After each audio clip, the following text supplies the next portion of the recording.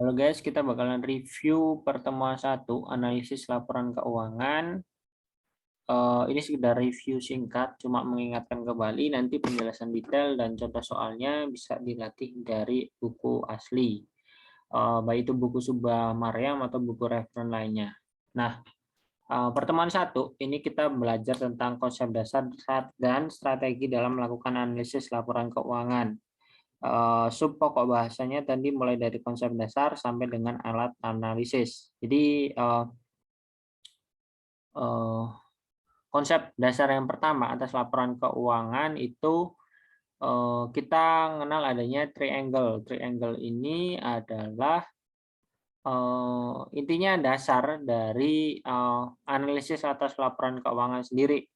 Pokoknya langkah yang pertama kita lakukan adalah menganalisis business environment atau lingkungan bisnisnya, baik itu industri analisis, nanti strategi analisis, terus nanti ada accounting analisis, terus nanti financial analisis pakai probability analysis, analysis of cash flow, terus risk analysis, nanti menghasilkan cost of capital, terus profitability analysis, nanti juga ketemu intrinsic value. Jadi ini lebih ke financial statement analysis. Ini merupakan konsep yang bakal kita pelajari beberapa pertemuan ke depan. Jadi ini merupakan konsep dasar dalam analisis laporan keuangan. Jadi apa sih tujuan atas analisis laporan keuangan? Ada beberapa, yang utamanya adalah dua. Ini menentukan credit value. Jadi kan kalau bank dia ngasih pinjaman kan credit value dulu kan, mampu nggak sih dia peminjam ini melunasi uang, melunasi kewajiban jangka pendek atau likuiditas, terus mampu nggak utang jangka panjangnya dilunasi atau solvabilitas. Terus intrinsic value itu adalah nilai real dari perusahaan dari performa di laporan keuangan dengan pendekatan valuasi. Di intrinsik nilai aslinya itu berapa sih dibandingkan dengan nilai sahamnya misalkan di pasar. Jadi untuk memahami ini, tujuan lainnya memahami atau itu value bisnis atau kondisi keuangan suatu perusahaan, kira-kira mau nggak ke depannya itu dapat terus jalan nggak sih, going concern nggak sih perusahaannya itu. Nah, terus untuk memprediksi keuangan di masa depan, meminimalkan resiko, terus mengambil keputusan yang lebih baik.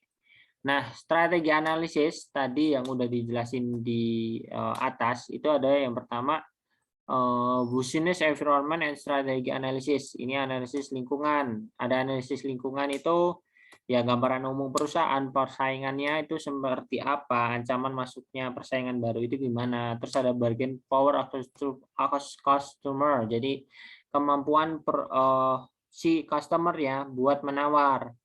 Jadi misalkan pelanggannya tetap ya berarti bargain power-nya tinggi. Kalau pelanggannya berubah-ubah berarti bargain power-nya rendah. Karena jadi kemampuan nawarnya kan kalau tetap ya dia pelanggan satu-satunya di tetap ya dia tinggi, terserah dia mau nawar. Kalau bargain power of supplier ini misalkan supplier tetap ya cuma dia doang yang bisa ngasih, ini berarti bargain power-nya tinggi. Selanjutnya analisis strategi. Ya, strategi perusahaan itu udah benar atau belum? Kalau benar ya dilanjutkan, kalau enggak ya cari alternatif yang sesuai. Itu ada beberapa. Yang pertama adalah cost leadership, menganalisa revenue dan expense di laporan keuangan. Ini nunjukin kemampuan perusahaan untuk menekan biaya sehingga harga produknya dapat bersaing. Jadi pokoknya biaya pendapatan dikurangi expense, revenue dikurangi expense, ini dapat bersaing nggak sih dia di pasaran. Terus produk difference, unik nggak sih produknya ini. Terus strength and weakness, kekuatan sama kelemahannya itu apa, lebih ke internal perusahaan. Terus opportunity, kesempatan sama ancamannya itu apa, ini ke eksternal perusahaan. Nah, setelah nanti kita melakukan analisis lingkungan bisnis dan analisis strategi, maka kita dapat merealisasikan usahanya. Terus tadi kita bahas ini kan segitiga yang atas sendiri kan. Sekarang kita bahas segitiga yang selanjutnya. accounting analisis. Jadi ini cuma kayak preview awal, nanti ada penjelasan lebih lanjutnya di pertemuan-pertemuan selanjutnya. Nah, itu accounting analisis ketiga selanjutnya, ini mengevaluasi penyajian dan pencatatan akuntansi dari sebuah perusahaan. Apakah perhitungan penerapan penyajiannya sudah sesuai? Belum sesuai dengan apa? Sesuai dengan SAK. Karena laporan keuangan itu kan memengaruhi pengambilan keputusan. Nah, keterbatasannya adalah masalah perbandingan. Kadang ada laporan itu nggak bisa dibandingkan gitu loh antara perusahaan satu dengan lainnya, atau bahkan dari tahun ke tahun pun susah, terus distorsi akuntansi. Jadi ya distorsi, di situ ada misalkan ada Windows dressing dari pihak manajemen dan sebagainya. Terus risiko akuntansi. Yang selanjutnya ini analisis yang selanjutnya adalah financial analysis.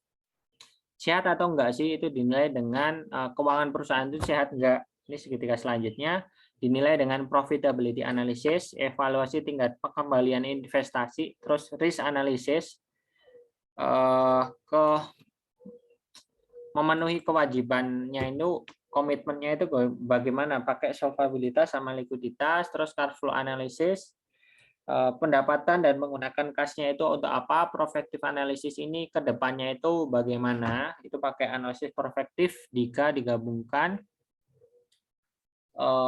Ya ini kalau analisis prospektif digabungkan sama WACC nanti ketemu nilai intrinsik atas perusahaan. Terus fungsi atas dan pengguna laporan keuangan. Investor nih menggunakan laporan keuangan ya supaya apa? Ya supaya dia memutuskan nih mau invest ke perusahaan ini atau enggak. Analisis itu ada analisis fundamental, jangka panjang bisa bertahan atau enggak, terus charting pergerakan sahamnya itu gimana, terus kalau kreditor ya dia mau ngasih pinjaman atau enggak, pakai kredit analisis, itu likuidasi untuk melunasi utang jangka pendek, kalau solvensi itu untuk utang yang jangka panjangnya, terus direksi untuk pengambilan keputusan internal perusahaan, kalau auditor itu yang menentukan ada fraud atau enggak, kalau regulator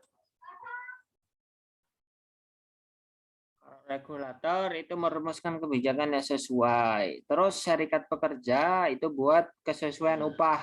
Ya, misalkan keuntungannya banyak, kok upahnya cuma segini. Terus, nah alat analisisnya itu apa aja? Yang pertama ada comparative analysis. Jadi tren tuh laporan keuangan dari tahun ke tahun itu bagaimana? Year to year change analysis. Terus common sense analysis.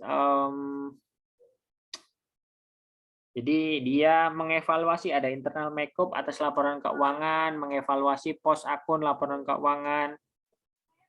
Hasilnya berupa gambaran proporsional ukuran aset, utang, pendapatan. Terus rasio analisis, itu ada tadi kredit analisis, liquidity, terus struktur modal dan solvability.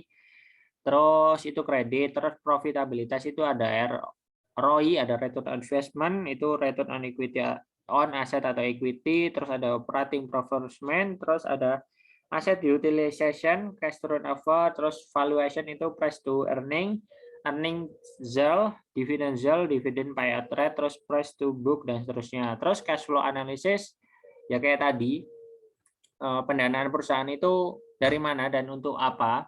Pendapatan itu didapat dari operasional plus investasi, terus valuation digunakan untuk menilai debt, bond, dan ekuitas dapat dilakukan dengan tiga metode antara lain free cash flow, DDM, dan residual income.